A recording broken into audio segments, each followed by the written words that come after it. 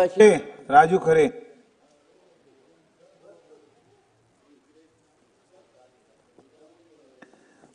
अध्यक्ष महाराज, 2025-26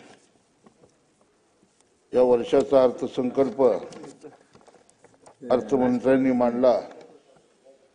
आहे तिथं नाव आहे. माझ्या मतदारसंघामध्ये आता इकडलं घेतो, दोन घेतो. येऊ का? माझ्या मतदारसंघातील पहिलं घेऊ ना. ठीक आहे, आता मग घेतो. रस्ते, पाणी, आरोग्य, शिक्षण, क्रीडा, ऊर्जा हे सारे प्रश्न मार्गी लागतील अशी अपेक्षा होती, परंतु या अर्थसंकल्पामध्ये ही कुठल्याही पद्धतीची कामं मार्गी लागली नाहीत।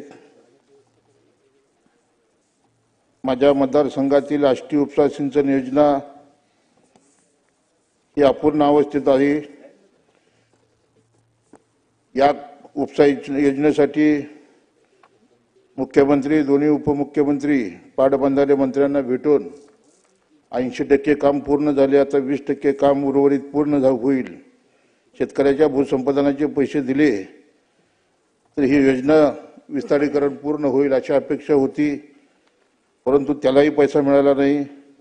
शिरापूर उपसा सिंचन योजनेसाठी पैसे मागितले होते, त्याचंही काम 80% पूर्ण झाले, परंतु त्यालाही पैसे मिळाले नाहीत।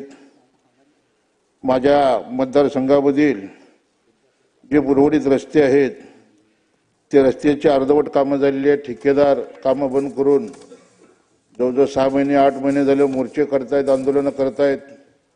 शासन स्तरावरती माहिती घेतल्यानंतर असं समजलं की राज्यामध्ये जवळजवळ 47,000 कोटी रुपयाची देयकं ही शासनाकडे असून ठेकेदार संपूर्ण महाराष्ट्रामध्ये काम बंद आंदोलन करतंय।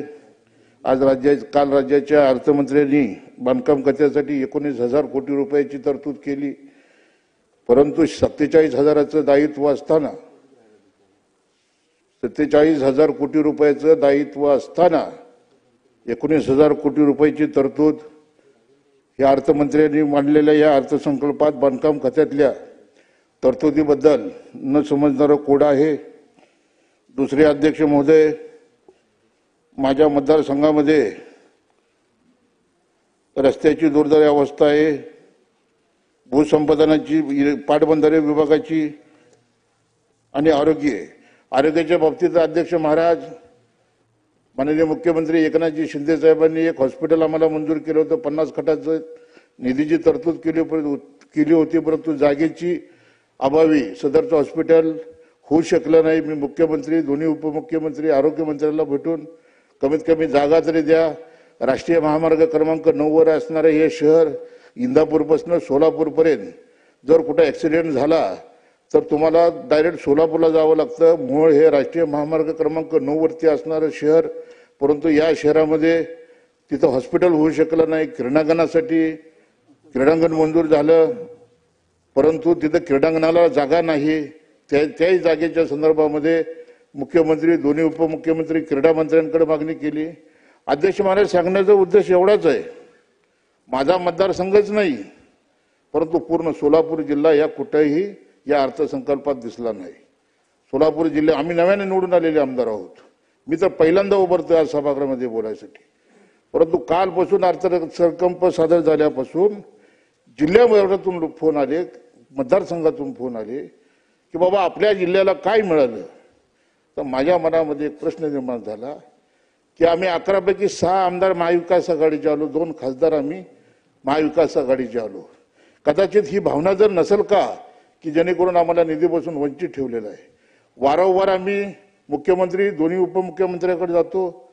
अपूर्ण अवस्थेच्या बाबतीत तर अध्यक्ष महाराज माझी गंभीर तक्रार आहे की कुरुल ते पंढरपूर आणि बेगमपूर ते वैराग रस्ता जवळजवळ 700-800 कोटी रुपयाच्या रस्त्याची कामं गेल्या वर्षी चालू झाली। अत्यंत निकृष्ट दर्जाचं काम, आणि काम कोण करतंय अध्यक्ष महाराज? माझे आमदार। 100-100, 150-150 आयवा टिपर बेकायदेशीर मुरमाचा उपसा होतोय। तहसीलदारला वारंवार सांगितलं, सर्कलला वारंवार सांगितलं, तलाट्याला सांगितलं, अध्यक्ष महोदय कुणीही लक्ष दिलं नाही। मी जिल्हाधिकारी आशीर्वाद यांच्याकडे गेलो, त्यांना व्हिडिओ चित्रीकरण दाखवलं.